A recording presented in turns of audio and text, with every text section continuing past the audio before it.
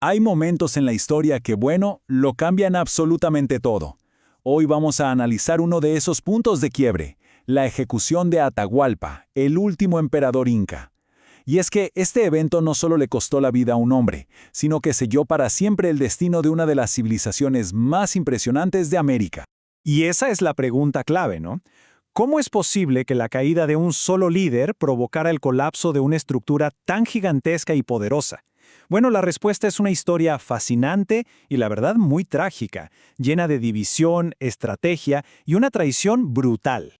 A ver, para entender cómo es que cae el imperio, primero tenemos que ver algo que es fundamental. Sus cimientos ya estaban rotos. El imperio inca no era un bloque sólido y unificado cuando llegaron los españoles. De hecho, estaba apenas recuperándose de una herida muy profunda y autoinfligida. Es que justo en el peor momento posible, una guerra civil devastadora había partido el imperio en dos. Esta lucha interna por el poder creó, sin saberlo, el escenario perfecto para que una fuerza externa, por más pequeña que fuera, hiciera un daño irreparable. Y en el centro de todo este lío estaban dos hermanos, Huáscar, que era el heredero legítimo desde la capital, Cusco, y Atahualpa, un general carismático que acababa de ganar esa guerra desde el norte. O sea, Atahualpa era el nuevo y victorioso líder, pero su poder apenas empezaba a asentarse sobre un imperio que estaba fracturado. Y justo ahí, en ese preciso momento de fragilidad, es cuando entra en escena un nuevo jugador, Francisco Pizarro, con su pequeño grupo de conquistadores.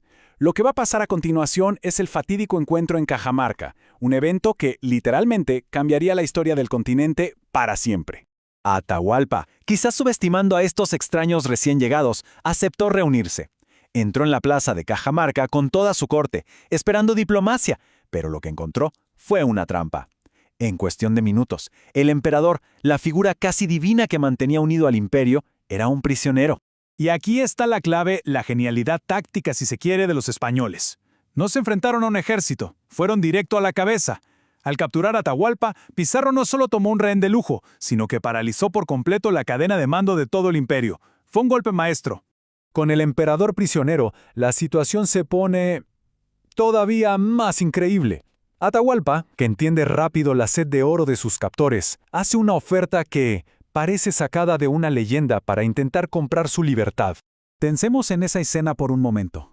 Atahualpa, de pie en la habitación donde estaba prisionero, levanta la mano y promete llenarla hasta esa altura con oro, y además llenar otras 2 habitaciones enteras con plata. Es una promesa de una escala casi mítica, una demostración del poder y la riqueza inimaginables de su imperio. Y lo increíble es que cumplió. Se mandaron órdenes a cada rincón del Tahuantinsuyo y durante meses empezaron a llegar a Cajamarca caravanas de llamas cargadas con tesoros. Joyas, estatuas, vajillas de oro y plata, básicamente el tesoro de toda una civilización. Y aquí el punto crucial es este. No fue solo un rescate enorme. Fue, y de hecho sigue siendo, el rescate más grande jamás pagado en la historia de la humanidad. Una cantidad de riqueza que no solo hizo millonarios a los conquistadores, sino que llegó a alterar la economía de toda Europa. Pero claro, aquí es donde la historia se pone realmente oscura.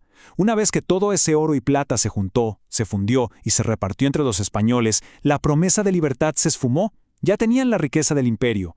Y ahora, el emperador era más bien un estorbo, un problema que había que resolver. A ver, para justificar lo que iban a hacer, los conquistadores necesitaban una fachada de legalidad. No podían simplemente ejecutar a un rey capturado, tenían que convertirlo en un criminal, al menos para que se viera bien en Europa. Así que le montaron un juicio. Y fíjense en los cargos, porque son reveladores. Lo acusaron de idolatría y poligamia, que eran simplemente sus prácticas culturales y religiosas. De fratricidio, por una guerra que él ya había ganado antes de que ellos llegaran. Y lo mejor de todo, de rebelión contra una corona que él ni siquiera reconocía. O sea, era un juicio político diseñado para tener un solo resultado. Y miren qué rápido pasó todo. Se tomaron meses para recolectar el oro, pero el juicio y la sentencia de muerte se resolvieron en cuestión de días. El destino de Atahualpa, pues, ya estaba escrito. Sus últimos momentos son un choque cultural brutal. La sentencia era morir en la hoguera, algo aterrador para los incas, que creían que el cuerpo debía preservarse para la vida después de la muerte. Para evitarlo, Atahualpa acepta bautizarse. Así muere como Francisco Atahualpa, no en las llamas, sino por estrangulamiento. Y esa muerte, la de un solo hombre, tuvo un eco que resonó por todo el continente. El fin de Atahualpa no fue solo el final de su vida, fue el principio del fin para su imperio. Las consecuencias fueron inmediatas y, la verdad, devastadoras para el imperio. Sin su líder divino, la resistencia se desorganizó por completo. El camino hacia la capital, Cusco, quedó abierto, y con él la puerta de par en par para 300 años de dominio colonial. Y esto es algo súper importante que hay que entender. La lucha no terminó esa noche en Cajamarca. Hubo rebeliones y focos de resistencia por décadas. Pero el imperio como una entidad unificada, centralizada y gobernada por un inca, bueno, ese imperio recibió un golpe mortal del que ya nunca se recuperaría. Con los años, la figura de Atahualpa fue creciendo, ¿no? Se convirtió en mucho más que un emperador derrotado. Se transformó en un símbolo poderosísimo de la resistencia indígena, del orgullo de una civilización perdida y también del violento nacimiento de un nuevo mundo mestizo. Así que, para terminar, nos queda esa pregunta en el aire. ¿Lo que pasó en Cajamarca fue simplemente el choque de dos mundos o fue en realidad el fin de uno de ellos? Es una pregunta que después de casi 500 años sigue resonando